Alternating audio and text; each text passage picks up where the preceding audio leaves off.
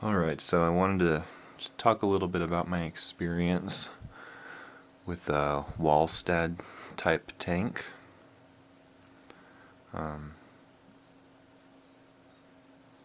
Let's see. I guess I'll just go back to the beginning of my experience now. Aside from this tank specifically, I don't have a background in aquariums. So this is my first time. This is my first tank. And overall, I'm pretty happy with it.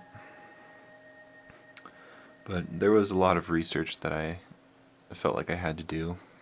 The reason I found this methodology, I think by way of the aquarium co-op video where they go to that fish store in San Francisco, and the owner had said something ridiculous, like he hadn't done a water change on some of those tanks in like 30 years or something like that. So I thought that sounded crazy and wanted to look into that a little bit more closely, which led to the Walstad method. And I already have some animals and some kids, but I wanted something in my office that I would have really enjoyed looking at that would be low maintenance and just beautiful and relaxing. So I thought I could invest into this and get something in return, which so far has been true. So of course I started with Diane Walstad's book. Let's see if I can get it.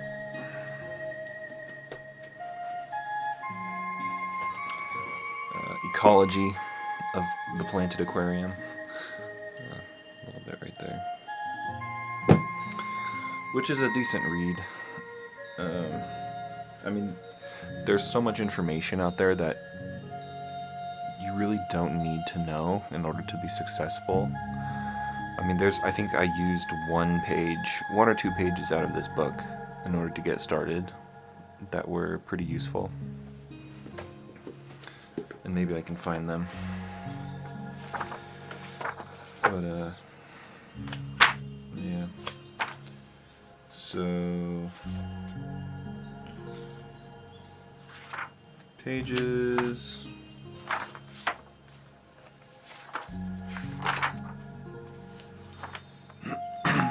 Like around page 137, where it actually talks about setting up a tank, and it's very specific, like how thick the layer of soil should be, how thick the cap of gravel should be, or whatever you're using. So that was helpful, and there's so much stuff online. But if you break it down into its simplest idea, it's really that you have thick substrate, and then you just jam as many plants as you can into it, and then it takes care of itself. And like the processes or the mechanisms of how that works are plenty complicated, right? Like you want your tank to come to equilibrium. Like you don't want I forget the term, but you don't want all of these things in your tank like fighting each other for resource availability. And I can't tell you anything about what's happening in my tank. Like things have died, for sure. Like it's constantly changing, and I think that's just to be expected. So it's not totally maintenance free, but it is pretty close in its current state. And I'll go into that. So in order to keep this as maintenance free as possible, to not add any overhead to my current tasks of keeping children and dogs alive, I think one of the most important things, if this is also your goal, like if this is an experiment for you and you want to see how self-sustaining you can get it without using, you know, for example, filters, without using like pH buffers, fertilizer, heat, CO2, all those kinds of things, then really you want to pick an environment and then take some tests of your water. So for example, my office is in my basement. I'm located in Utah, so we have pretty cold winters and pretty warm summers. But in a basement it's a little bit different, right? Where it's a little more insulated. Right now we're coming up on the tail end of winter. It's still snowing. And my tank temperature has never dropped below 66 degrees. I keep the door closed and just I have one vent in here, and it keeps it at about 66. I also I tested my water beforehand to kind of dictate what animals I could put in there, and that would survive without having to mess too much with the water. Like, I don't need to put pine cones in there or almond leaves or anything. All of these fish and shrimp and plants that are left surviving seem to be suitable for this environment as it is. I do use a tap water, what do you call it? Conditioner or something when I top up the water after some of it has evaporated. But that's about it. So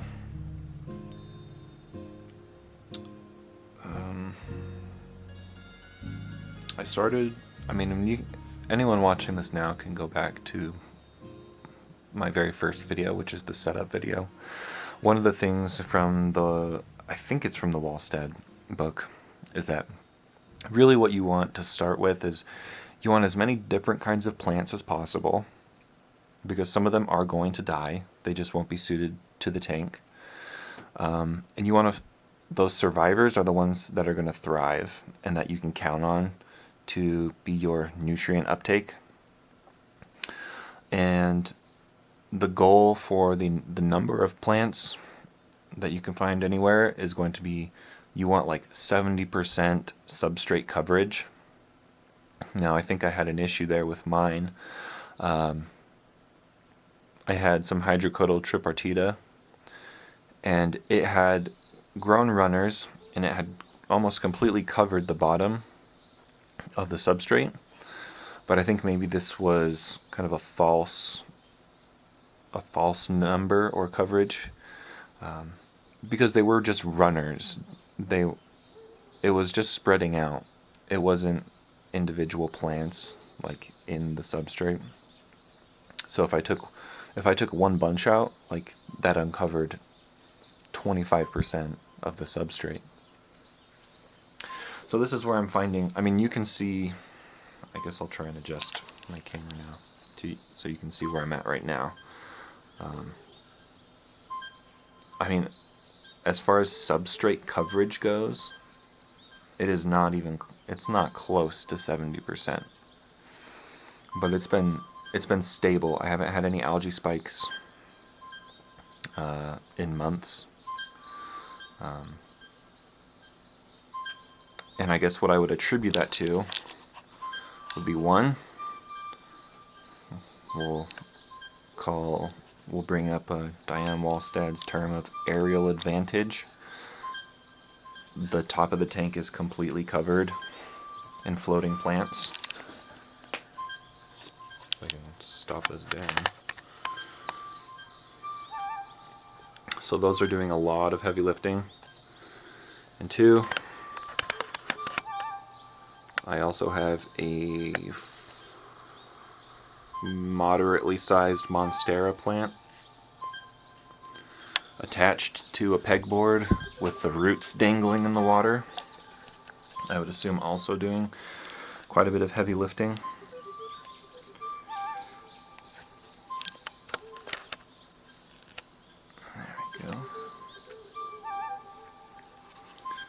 So I think you can find the balance.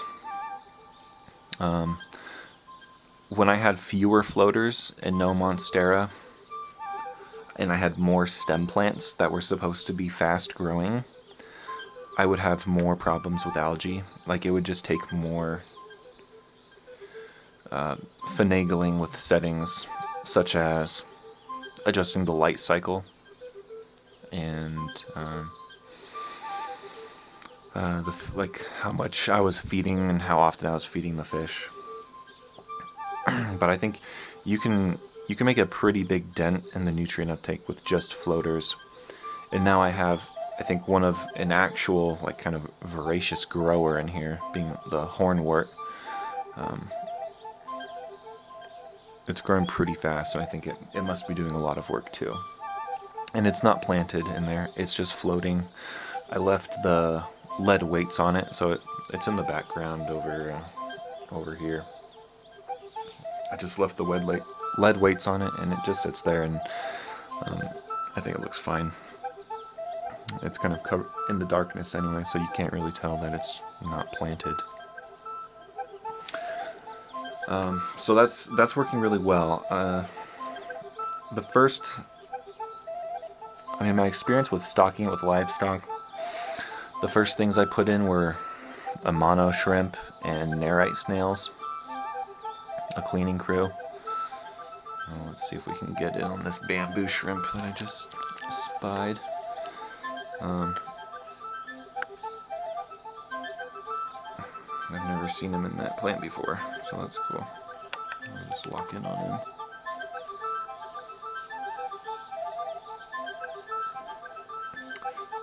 The Amano shrimp, I've had trouble with Amano shrimp with my tank. I don't know if I'm just not introducing them correctly. I have one in there right now who has been in there for a while. So, I mean, good for him. But, I've gone through maybe at least 10 other Amano shrimp, and they just don't seem to last. I started with 3 nerite snails. I'm down to 1. I don't know if that's just because there's not enough algae for them to eat, so they're kind of just, it is the nature of nature taking over. And I have 3 bamboo shrimp. They were one of the first inhabitants that have done extremely well. So I guess on a note of bamboo shrimp, if people might find this interesting, because one of the main things they talk about with bamboo shrimp, as well as hill stream loaches, which we can talk about in my experience, bamboo shrimp are filter feeders, right? They use their little filter arms.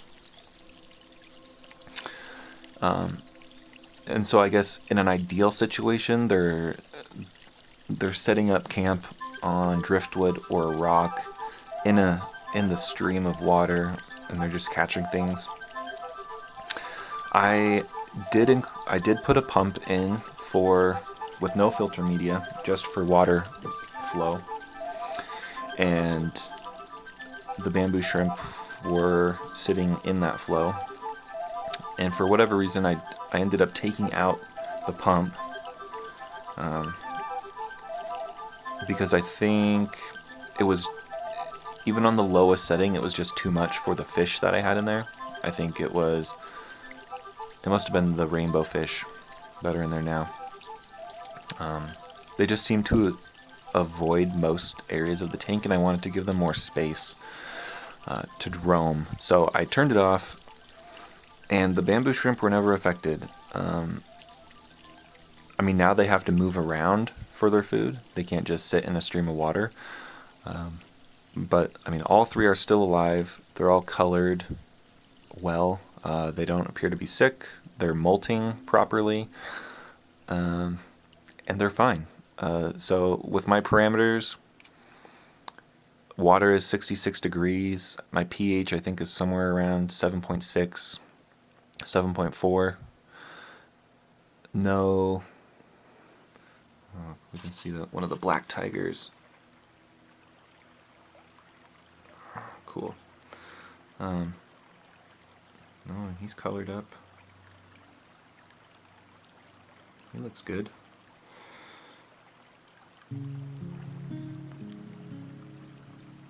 Look at them go.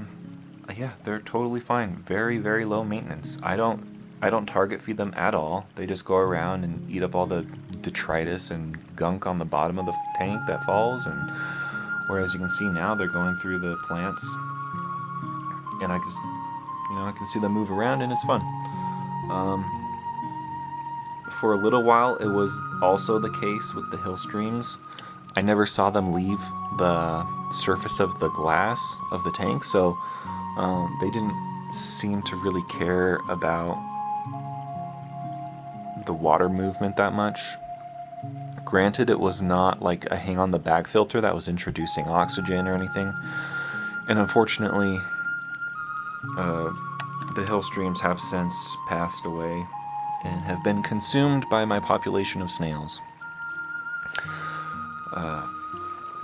So there's that as well. But overall, the hill stream loaches, I had 2 of them. They did hang around for quite a while. I never could see them diseased. I just found them on the bottom of the tank. Yeah, I don't know what it was. This bamboo shrimp is aggressive. He's the big boy. He's the big one of the group. He's fun to watch. So the first fish that I tried to introduce were the chili rasboras, which embarrassingly lasted all of a week before they just entirely disappeared. To this day, I've never seen a body. I've never seen a skeleton. I never saw them. The numbers just slowly went down and they disappeared. I mean, I can only speculate. I know they didn't jump out because I was searching the carpet behind the tank, and that's where they were hanging out. So, I mean, I must have had some really hungry snails because I just never saw a body. But that's why I decided I needed to focus more on cold hardy species, such as the black tiger darios. They're doing really well. I think I should still have 4 of them. They're just kind of sneaky. They don't come out very often. And I don't see this guy colored up a whole lot. That's nice to look at. Super cool colors. And then the rainbow fish, which have been just amazing. I think I've only had 1 die now, like post introduction. Like all of them survived the acclimation process. I don't know why this one didn't. Maybe just got out-competed for food by the others. Because some of them like to hang out in the back of the tank, in the shadows of the hornwort. And I've been trying to feed them back there as well as in the front. Most of them will come up to the front when it's feeding time. I mean, you can see I do have algae in this shot. So I still do have some, but it's fine. I think they don't seem to mind. But these rainbow fish have been super hardy. I don't do anything, so I feed them a pinch of food every other day, like a hearty pinch. It takes them like 5 or so minutes to eat it, but they're doing really well. Water changes, so this Walstad stuff, water changes, I don't really do water changes anymore. I will have to top up, like after I do a cleanup of the tank, like ripping some of the dead plants out that have just melted into nothing. It will stir up a bunch of stuff in the tank, and so I'll clean it up with like a big water change. But that's about it. Like I don't do regular water changes at all. I don't even test the water parameters anymore. They've always been steady with 0 ammonia, nitrites, and nitrates, so I just stopped doing it. Let's go back to this bamboo shrimp guy. He's going at it. So as far as like the claims of the Walstad method go, jeez, guy, where are you going? Like they're real. Like this, it's totally possible to not have to do water changes. Some friends. Let's see what else we got. Plant trimming. I think where I made some mistakes early on is by just totally not trimming the plants, the stem plants, to keep them just in a more active growth. So they grew from about half the height of the tank to the full height of the tank, and I just let them go. And I would only trim them if they started to like get tall enough to where they were just, the tips were floating and pressing up against the top of the water. I should have cut them more because they eventually all, like, they blocked so much light, the leaves on the bottom of the stem plants melted off, and it just worked its way up, and they eventually lost all their leaves, and they weren't coming back, and so they weren't doing their job. So I had to pull them out. So I wish I would have done that differently. I just don't clean anything in there really. Let's see. Black tigers, the hill streams, the bamboo shrimp. Light schedule. I do a siesta. It's on. I mean, it's on right now. I think it turns on from. I mean, I guess I can just check, huh? I use the Chihiros WRGB Pro 2, I think. So it's on from 7 a.m. to 11 a.m. and then it's off for, let's see, I don't remember. Oh, there we go. 11, and then it's off for 3 hours, and then it's on from 2 p.m. to 5 p.m. And it's been set at this for months now, and I've never had any problems. I think one of the things that probably stunts my tank, like this S. repens, these little bunches down here, like they're pretty sad looking. They've been in here from the beginning, so that it's been about 9 months. I tried to get some advice from Reddit, and the response was that it could probably be due to the temperature of the water is not super good for growing, so I think they're just growing too slowly and succumbing to the natural way. Let's see if we can find the narite. It's behind this part of the wood. But yeah, I mean, overall, I'm super happy. Like, it is going on 9 months, 10 months. I think what I might do is kind of depart from the Walstad, like 100% Walstad method, by putting in a heater, just to kind of keep it in a growth thing, so that I can also maybe add one more centerpiece fish. I think that would be good. Either a female betta, or I think a honey gourami. Just something peaceful, but a little bit more flashy than some of these tiny rainbows. Or like the stealthy little black tigers that we got going on up there.